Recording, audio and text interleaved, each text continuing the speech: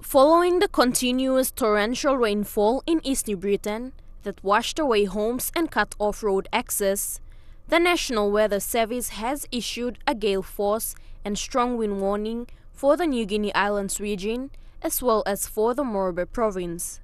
According to reports, a tropical cyclone system that hit Vanuatu recently is on course to cross South Queensland. Tropical storm Wutip, just north of the equator, is enhancing wind surges and widespread rain areas for the northern region and the New Guinea Islands.